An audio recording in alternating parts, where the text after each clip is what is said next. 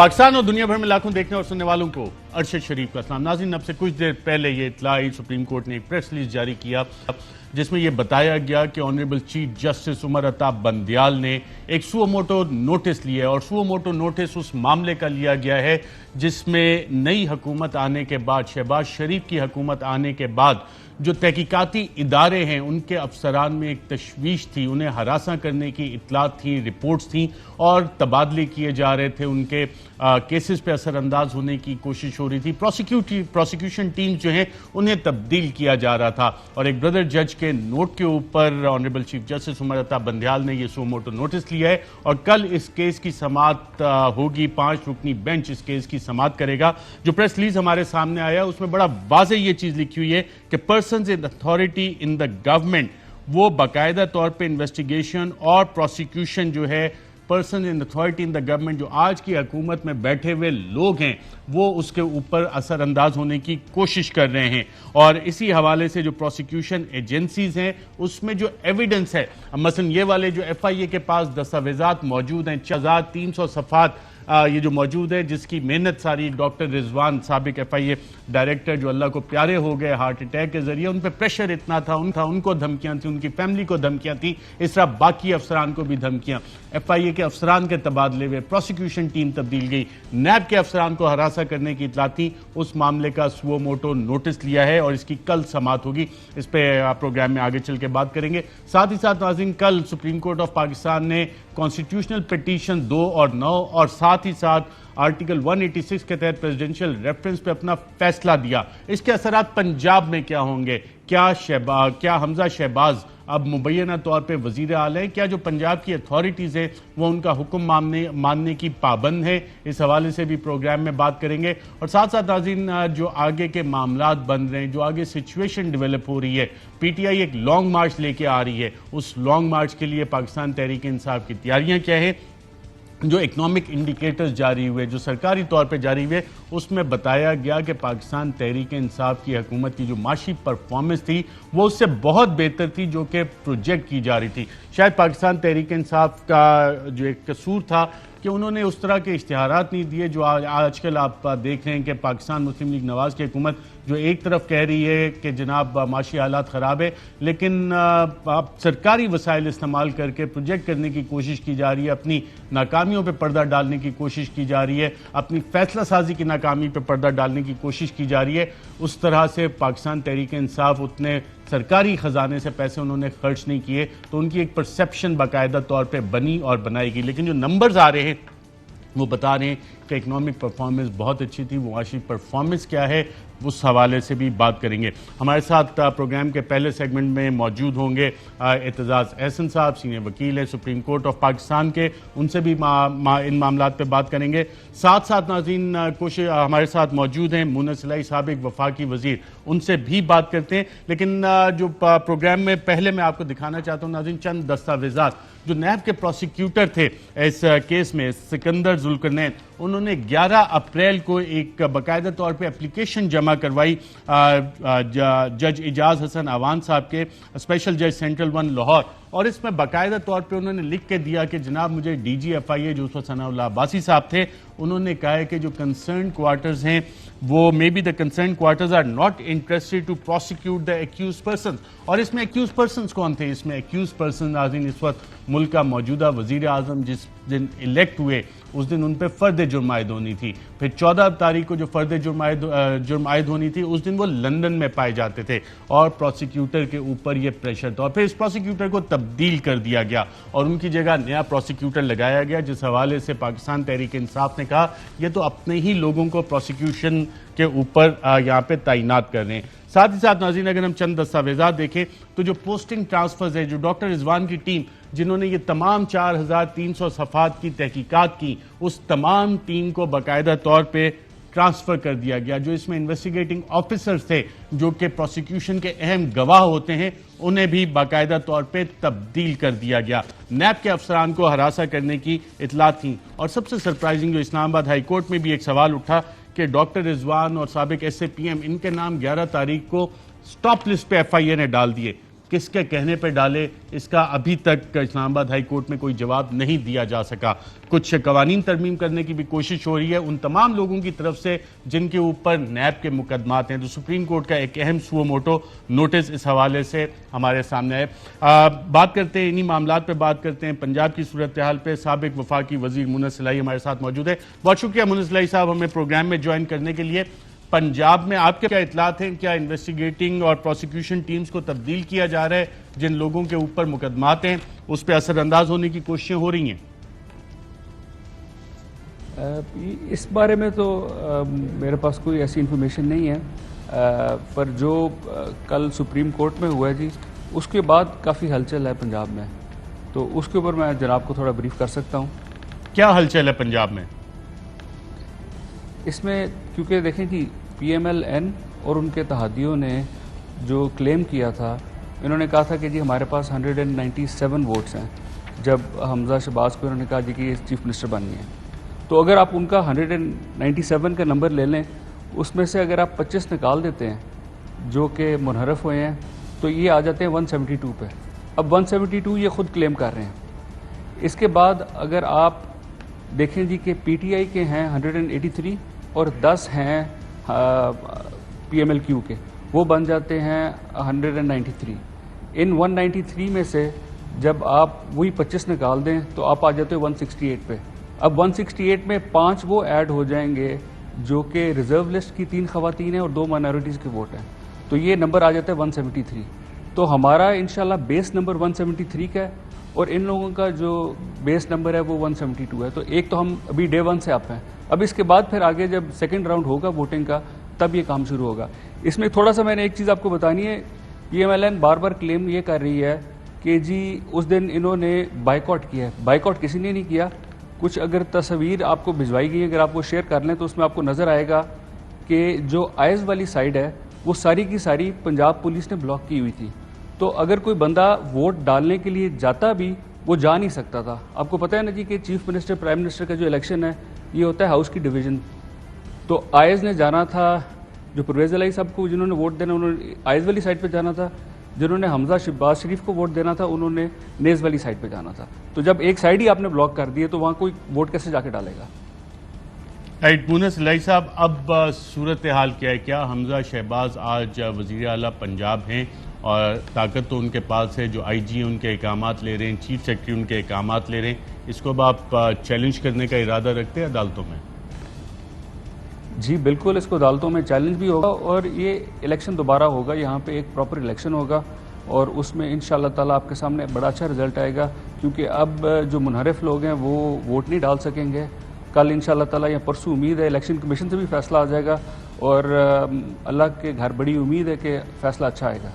Right, मुन्नस इलाही साहब, governor का भी एक रोल होता है। परवेज़ इलाही साहब गवर्नरशिप एक्सेप्ट कर रहे हैं या कि उमर चीमा साहब इस पोजीशन में होंगे कि वो इस हवाले से वोट ऑफ कॉन्फिडेंस का कह सकते हैं हमजा को?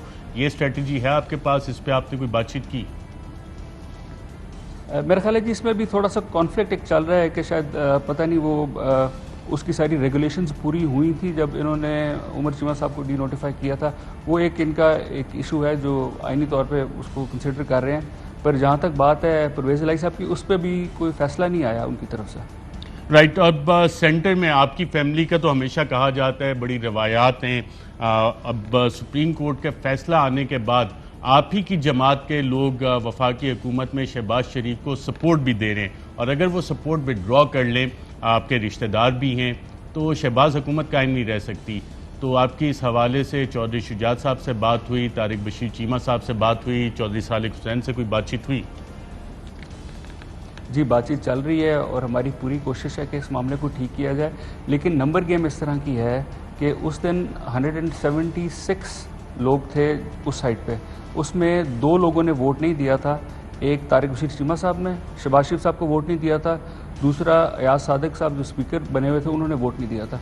तो ये 174 का उनका नंबर इस तरह बना था। तो अगर उस 174 में से आप 2 निकाल भी दें तो इनके फिर भी एक ऊपर आता है। बट रिगार्डलेस ऑफ दिस, हमारी तो यही कोशिश है कि मामला जो हैं पार्टी के अंदर भी और फैमिली के अंदर भी उनको हम अच्छे तरीके से रिजॉल्व करके आगे इकट्ठे होकर चलें। मुनिस लाई साहब हमारे साथ ही रहिएगा। इस वक्त नाज़रीन हमें ज्वाइन कर रहे हैं एतजाज़ एहसन साहब, सीनियर वकील हैं सुप्रीम कोर्ट ऑफ पाकिस्तान के सीनियर सदन। एतजाज़ एहसन साहब, बहुत शुक्रिया हमें प्रोग्राम में ज्वाइन करने के लिए। सुप्रीम कोर्ट ऑफ पाकिस्तान ने पहले आज ही की बात कर ली, सुओ मोटो नोटिस लिया है इस चीज़ का कि प्रोसिक्यूशन के जो अफसरान हैं, tampering, disappearing of evidence in the courts, in possession of prosecuting agencies और some persons in authority in the government, वो असरअंदाज हो रहे हैं। और इस मामले पे 5 रुकनी बेंच कल इस सुओ मोटो केस की बाकायदा तौर पे समाअत करेगा और इस पे लिखा गया है कि जो ये इकदाम जो लोग मौजूदा हुकूमत में हैं वो लोगों के बुनियादी हकूक मुतासर कर रहे हैं, जिससे लोगों का कॉन्फिडेंस रूल ऑफ लॉ और कॉन्स्टिट्यूशनलिज्म इन द कंट्री उसमें अंडरमाइन हो रहा है। कितना बड़ा फैसला है और क्या ऐसे इकदाम माजी में भी नून लीग करती रही है कि प्रोसिक्यूटर चेंज कर दें, आईओएस चेंज कर दें, रिकॉर्ड ड्राइव कर दें? ये तो इनका तरीका रहा ही है पहले बहुत, और हर जगह इन्होंने ऐसे किया है। अपने मर्जी के इन्होंने तफ्तीशी अफसर हर जगह लगाए हैं, हर दफा लगाए हैं, और इसीलिए इतनी तूल दिया इन्होंने इन केसेस को। और जो हमारे खिलाफ भी केसेस होते थे उनमें भी अपनी मर्जी का लगवाते थे बंदे। तो इसमें तो कोई शक नहीं है, और चीफ साहब ने एक अच्छा इकदाम किया है जो इस पे उन्होंने मुहासबा इस बात का किया है। कल का भी उनका फैसला जो था, कल का एक बड़ा फैसला है, उसके असरात क्या होंगे? वो ऑर्डर है, एडवाइजरी जुरिसडिक्शन में है, और उसके असरात क्या हैं? उसमें 2-3 बातें बड़ी क्लियरली देखनी चाहिए। पहले तो उसके मानी क्या है 63A के, किस वास्ते है। 63A को सुप्रीम कोर्ट कहते हैं कि हमने तन्हाई में नहीं देख सकते पर पूरे तनाजुर में देखना चाहिए, और बिल्कुल दुरुस्त बात है, कोई भी इकलौता करके नहीं देखा जा सकता आर्टिकल। दूसरी बात याद रखें, पहला जो बुनियादी बात सोचने वाली है अरशद, वो ये है कि जो इख्तियार है किसी MNA का या MPA का अपने ज़मीर के मुताबिक वोट करने का, वो 99% या 94% अमूर पे बदस्तूर है। वो उस पर कोई कदगन नहीं है। वो पार्टी से मतलब है वैसे निकाला जाए तो और है, पर ना वो उनको सीट गुमती है ना कुछ। अगर वो किसी लेजिस्लेशन पे, दीगर FIA पे लेजिस्लेशन पे मुतल्लिक फॉर इंस्टेंस वो पार्टी के खिलाफ वोट करे, वो ही है फ्रीडम ऑफ वोट। ठीक है, पार्टी जरा नाराज हो जाएगी पर उसमें कोई सीट नहीं, उसकी डिसमेंबर नहीं होता। तो ये फ्रीडम ऑफ वोट 95% टेरिटरी पे है। हाँ, 5 ऐसे आइटम्स हैं सिर्फ जिन पे कदगन लगी है कि आईनी तरमीम या वो नो कॉन्फिडेंस मोशन, बजट वगैरह। अब इन 5 पे सुप्रीम कोर्ट ने ये बात बता कही है, और वो एक्सपेंडेड जो डिटेल जजमेंट देंगे उसमें जरूर कहेंगे कि बाकी सब फ्री है, फ्रीडम है उसकी आर्टिकल 19 के तहत मेंबर की। पर ये 5 ऐसे हैं जो वोट उसको है ही नहीं, वो उसके ही नहीं है, वो पार्टी के वोट है।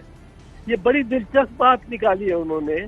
मैं इस पे पहले मुझे ध्यान नहीं था, पर इसका अगर आप देखेंगे ये पार्टी का वोट, फंडामेंटल राइट पार्टी का किस तरह बनता है, ये कौन से फैसले से बनता है, ये 12 जजेस के उस फैसले से बनता है जो 1993 में मियां नवाज शरीफ की असेंबली और हुकूमत डिसमिस हुई थी, जब इसाक खान साहब ने उसके फैसले में उसको जब उस असेंबली को रिस्टोर किया तो इस बात पे किया कि ये राइट पहली दफा कहा गया कि ये कोई राइट पॉलिटिकल पार्टी का हो सकता है, सिर्फ इंडिविजुअल का नहीं।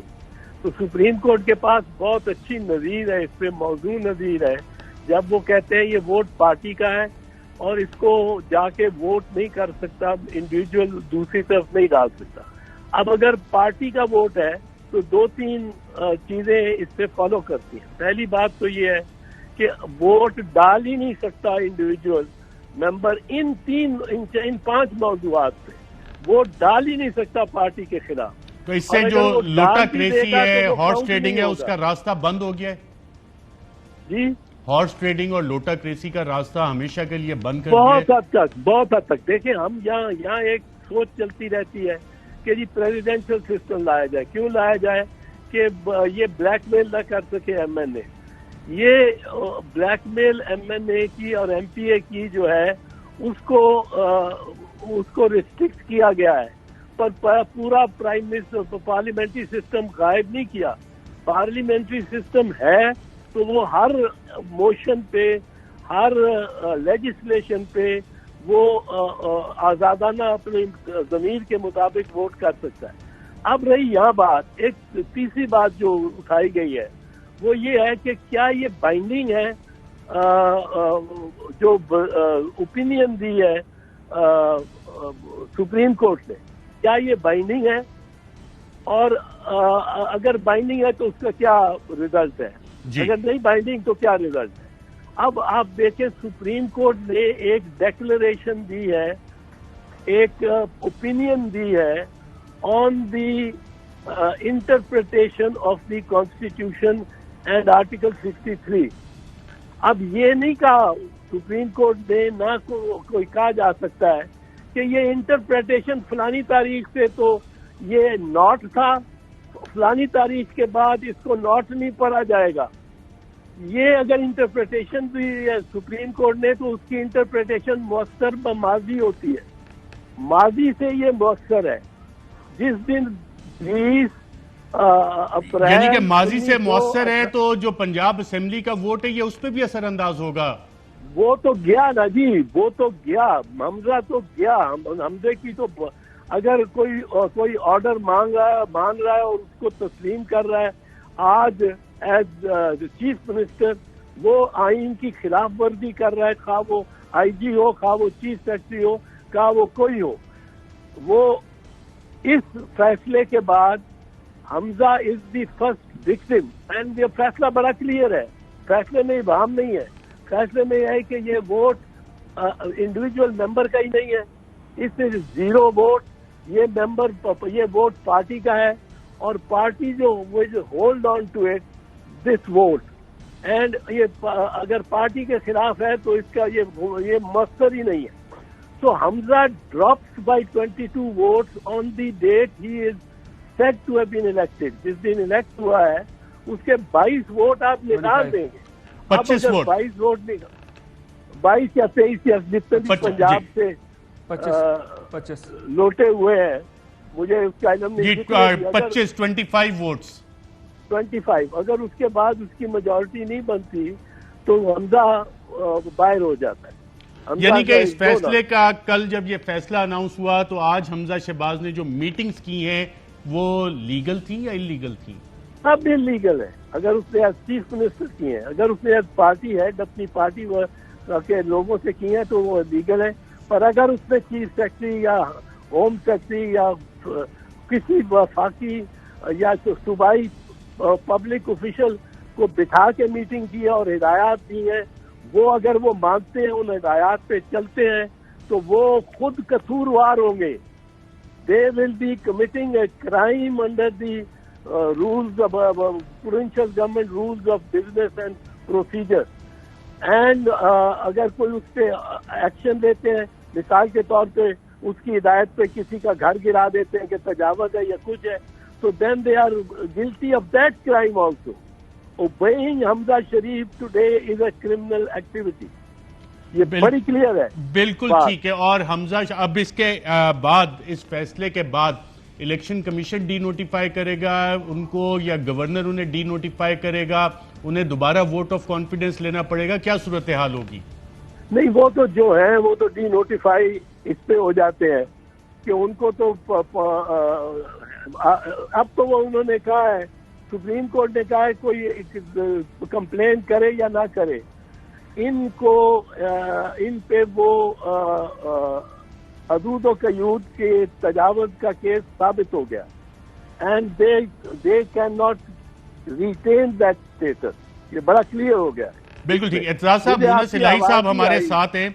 आप कोई फ्री मशवरा देना चाहेंगे कि इनके लिए अब क्या ऑप्शंस हैं? लीगल ऑप्शंस हैं या पॉलिटिकल ऑप्शंस क्या हैं? नहीं, लीगल ऑप्शंस हमजा के लिए तो ये है कि घर जाके बैठे। बिल्कुल ना आए, बिल्कुल ना बैठेगा, प्रिजाइड करेगा तो यूजर्व कर रहा होगा powers of the chief minister. वो तो एक मतलब है मदाखलत कर रहा होगा ना। मदाखलत पे भी जो होती है तो उससे पहले इरादा होता है और सोच होती है, उसके बाद मदाखलत होती है। ये तो हमने वो पिछले में तय कर लिया जब हम बात कर रहे थे वो नेशनल सिक्योरिटी कमेटी के मिनट की। पर हमजा अगर आज बैठा हुआ है अपने दोस्तों में या अपने कुलीग्स में और वो सोच रहा है कि कल मैं दफ्तर जाके और बैठूंगा एज चीफ मिनिस्टर, तो वो उसकी साजिश हो रही, वो साजिश हो रही।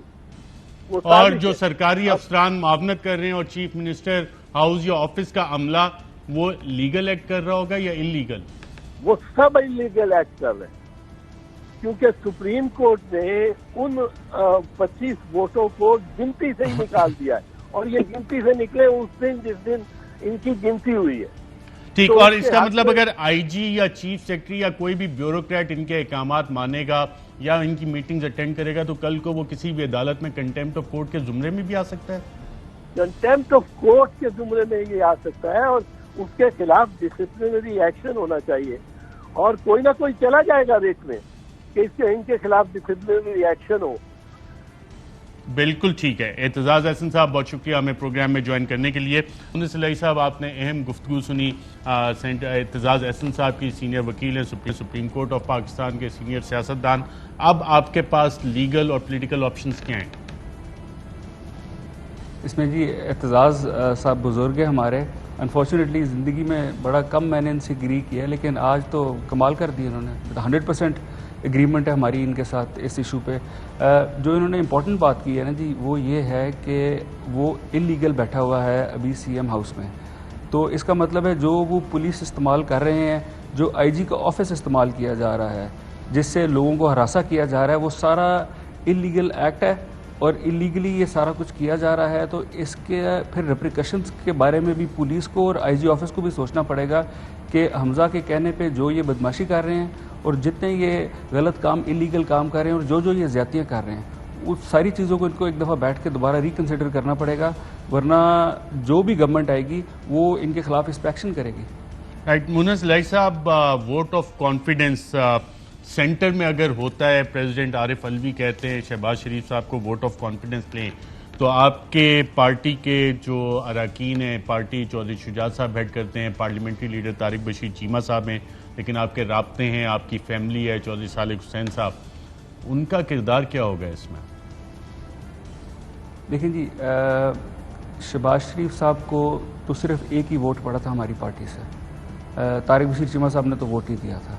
तो अब बात है एक वोट की, तो वो हम सारे इंशाल्लाह मिलके इनको कन्विंस करेंगे। जब टाइम आएगा, कोई ऐसी वोट ऑफ कॉन्फिडेंस कॉल होती है और नंबर गेम ठीक होती है, तो इंशाल्लाह ताला हम उनको कन्विंस करके लेके आएंगे इस तरफ। आप कॉन्फिडेंट हैं आपके खानदान से शहबाज शरीफ को वोट ऑफ कॉन्फिडेंस में कोई वोट नहीं पड़ेगा? जी इंशाल्लाह हमारी यही कोशिश होगी कि हमारी तरफ से कोई वोट ना वहाँ पे जाए। राइट, इमरान खान के लॉन्ग मार्च में इमरान खान साहब के सर, हम कमिटेड हैं इमरान खान साहब के साथ, इसमें कोई दूसरी राय नहीं है। हमारी पूरी फैमिली कमिटेड है खान साहब के साथ और हमारी जमात कमिटेड है खान साहब के साथ। खान साहब ने हमारे साथ एक कमिटमेंट की, उन्होंने उस कमिटमेंट को ऑनर किया है, तो हमारी सारी जमात का, हमारे ख़ानदान का फ़र्ज़ बनता है कि खान साहब के मुश्किल टाइम पे हम खान साहब के साथ खड़े हों और इंशाल्लाह हम खड़े होंगे उनके साथ। राइट, मुनिसलाई साहब, आपकी जमात में क्या लॉन्ग मार्च में पाकिस्तान तहरीक इंसाफ इमरान खान की कॉल पे पार्टिसिपेट करेगी? जी बिल्कुल, हमें जब इनवाइट करेंगे तो हम बिल्कुल उसमें भरपूर तरीके से हिस्सा डालेंगे। राइट, मुनिसलाई साहब, बहुत शुक्रिया प्रोग्राम के सेगमेंट में शिरकत करने का। नाज़रीन, यहाँ पे एक वफ़ा के बाद दोबारा आपकी खिदमत में हाजिर होते हैं। पाकिस्तान तहरीक इंसाफ लॉन्ग मार्च और लॉन्ग मार्च के आगे करने क्या जा रही है, क्या अज़ाइम में इनके, माशी पॉलिसी, माशी इंडिकेटर्स कुछ सामने आए हैं, उस पर भी बात करेंगे एक वफ़े के बाद।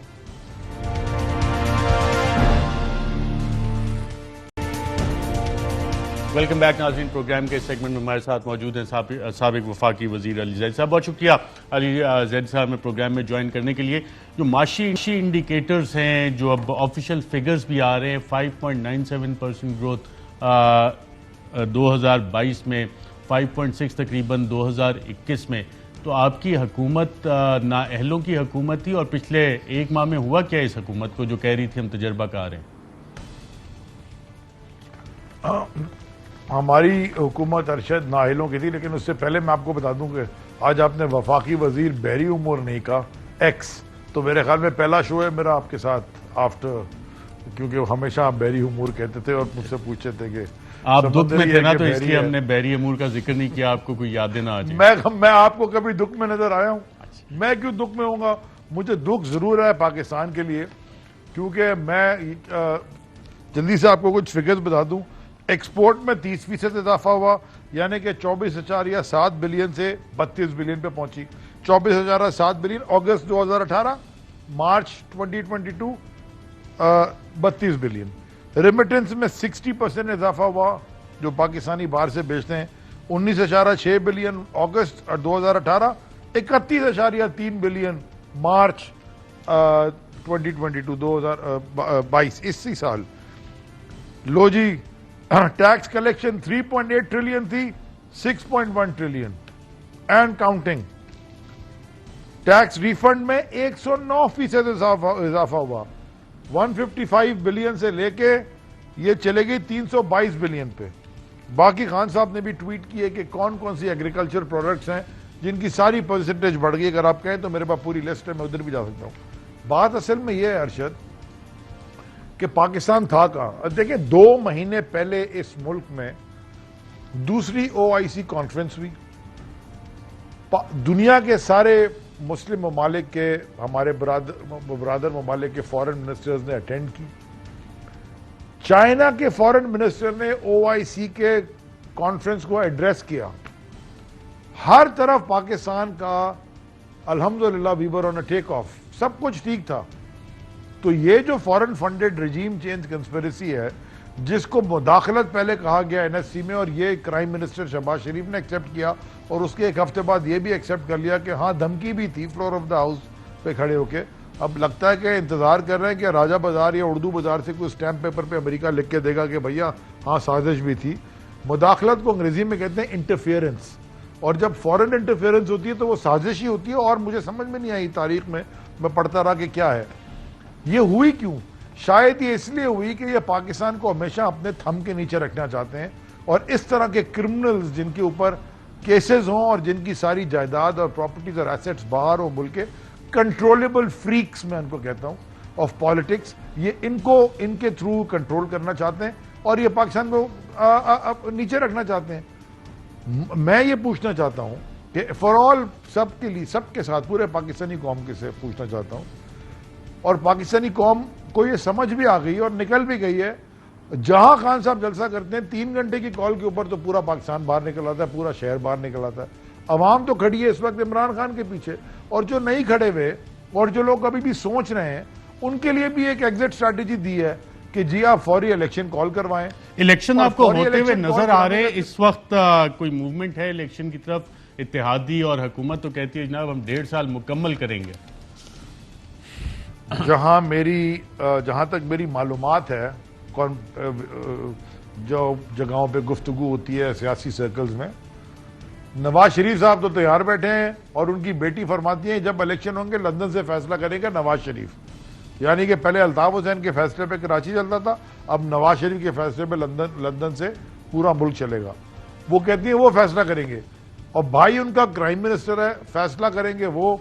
आसिफ जरदारी इलेक्शन नहीं कराना चाहता बिकॉज उसके दोनों हाथों से उसकी तो अयाशी लगी हुई है, 15 साल से लूट रहा है, पता नहीं कब तक लूटता रहे, तो वो इलेक्शन नहीं चाहता। तो उनके अंदर एक टसल है बड़ी अभी, और ये थोड़े दिन में देखिएगा ये वेज बहुत वाइडन हो जाएगी, जो कि प्रेडिक्टेड था। आपको याद है कि मेरी आपसे एक दफा एक सरसरी मुलाकात हुई थी, शायद प्राइम मिनिस्टर ऑफिस में, आखिरी दिन में 8-9 को मैंने आपसे एक प्रिडिक्शन मैंने की थी, एक सियासी तालिब इल्म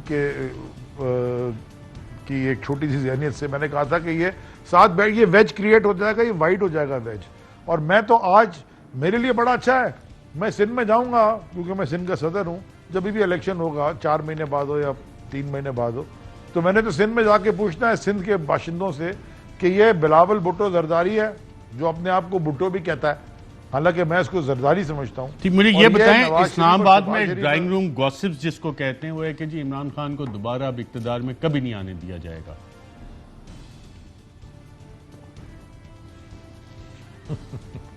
इस ड्राइंग रूम गॉसिप्स के ऊपर आप क्यों यकीन रखते हैं अरशद भाई? दुनिया, एक कुरान शरीफ की आयत है कि इंसान अपना प्लान बनाता है और अल्लाह अपना प्लान बनाता है, और बेशक Allah is the best of planners.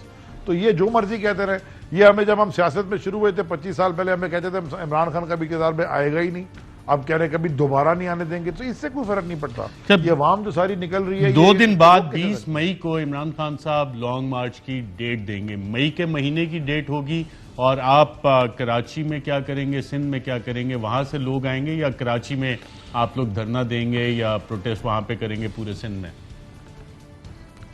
देखें जरा, अब ये दो, इसके अंदर अरशद 2 एस्पेक्ट्स हैं। डेट खान साहब देंगे इंशाल्लाह 20 को, और जब 20 को देंगे तो फिर मैं स्ट्रैटेजी बताऊंगा कराची की उस डेट के अनाउंस होने के बाद कि उस डेट को हमने कराची में क्या करना है।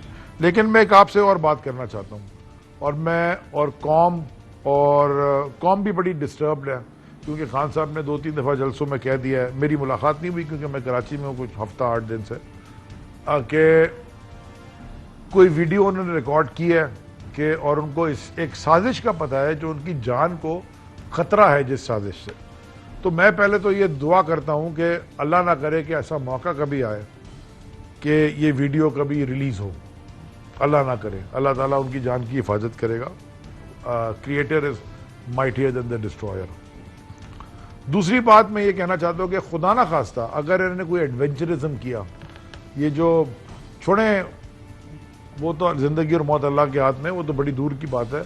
अगर उन्होंने कोई इमरान खान को खुदा ना खास्ता नजरबंद किया या खान साहब को हाउस अरेस्ट किया, ऐसा कुछ किया, ये कंट्रोल नहीं कर सकेंगे, ये कंट्रोल नहीं कर बिल्कुल सकेंगे। ये कंट्रोल नहीं कर कराची- सकेंगे। मुझे यहाँ पे एक वक्फा लेना है, वक्फे के बाद आपकी खिदमत में हाजिर होते हैं। वेलकम बैक नाज़रीन। आज इमरान खान ने जलसे में कहा कि शुक्र है पाकिस्तानी कौम एक बाकायदा तौर पे एक कौम बन गई, और आज नाज़रीन पाकिस्तानी कौम, पाकिस्तान का हर शहरी पाकिस्तान का मालिक है और पाकिस्तान की जो सलामती है उसका जामिन है। आशिर अजीम गिल की मूवी थी मालिक, उसमें ये बहुत ही अच्छे अल्फाज थे, आइए देखते हैं। हम अहद करते हैं, मैं पाकिस्तान का शहरी, पाकिस्तान का मालिक हूँ। ये जमीन, ये लोग मेरे हैं। इसके हुक्मरान मेरे मुकर्रर करदा और मुझे जवाब दे। मैं अहद करता हूँ कि मैं हर उस शख्स या इदारा, ख्वाह अंदरूनी या बैरूनी, जो इस मुल्क के खिलाफ काम करेगा या इसके कानून को तोड़ेगा, उसके खिलाफ बिला बिरादरी, जबान और मजहब की तमीज के अपनी पूरी कुव्वत इस्तेमाल करूंगा, क्योंकि मैं पाकिस्तान का शहरी, इसका मालिक, इसकी बका का हतमी जामिन हूँ। पाकिस्तान जिंदाबाद। पाकिस्तान पाइंदाबाद। पाकिस्तान का मतलब क्या? तेरा मेरा रिश्ता क्या? अहम तरीन खबरें अब एक क्लिक की दूरी पर। आपके पसंदीदा टॉक शोज हों या अहम मुल्की या गैर मुल्की शख्सियात की न्यूज कॉन्फ्रेंसेस, हर लम्हा बाखबर रहने के लिए सब्सक्राइब करें हमारा YouTube चैनल। मौसम की सूरत हाल हो या खेल के मैदान से खबरें, अपने मोबाइल फोन से मुल्की और बैनुल-अक़वामी अहम खबरों तक रसाई के लिए डाउनलोड कीजिए मोबाइल ऐप। बावसूख ज़राए से मुसद्दिका खबरों, तज्ज़ियों और तबसरों से मुस्तफीद होने के लिए विजिट कीजिए पाकिस्तान की सबसे बड़ी न्यूज वेबसाइट www.arYnews.tv। इन सब के अलावा पाकिस्तान का सबसे बड़ा फेसबुक पेज हो, सबसे बड़ा न्यूज इंस्टाग्राम अकाउंट या फिर ट्विटर, ARY न्यूज पहुंचा रहा है खबरें सबसे पहले आप तक, ताकि आप रहें हर लम्हा बाखबर।